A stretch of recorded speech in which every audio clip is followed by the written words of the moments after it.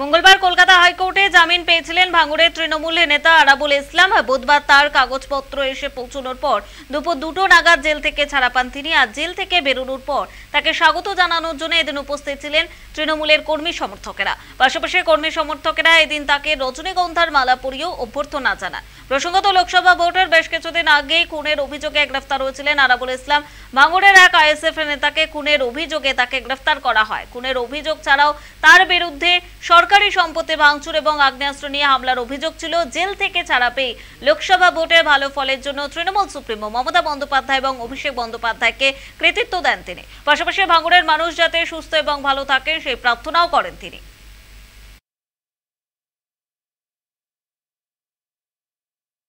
ভাঙড়ের মানুষের সুস্থতা কামনা করি। কি করছো?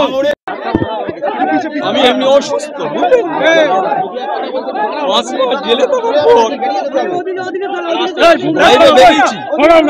আমি অসুস্থ আছি। সুস্থ হলে দেশের লোকেদের নিয়ে ডেকে ভাঙড়ের সার্বিক পরিস্থিতি নিয়ে আমি কথা বলবো।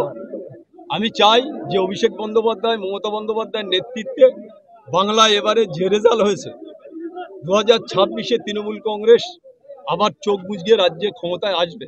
কিন্তু একটা কথা হচ্ছে যে আমি দীর্ঘ 5 মাস জেলে ছিলাম, জেল থেকে বেরিয়েছি। আমি চাই ভাঙড়ের মানুষ সবাই ভালো থাকুক, সুস্থ থাকুক। আমার নেত্রী মমতা বন্দ্যোপাধ্যায় সুস্থ থাকুক, ভালো থাকুক। নেতা অভিষেক বন্দ্যোপাধ্যায় সুস্থ থাকুক, ভালো থাকুক, ভালো থাকুক।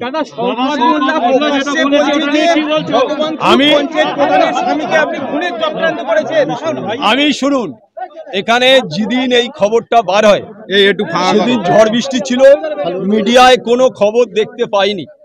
আমি শুনে বুঝে নিশ্চয়ই আপনাদের উত্তর দেবো কে কি বলেছে।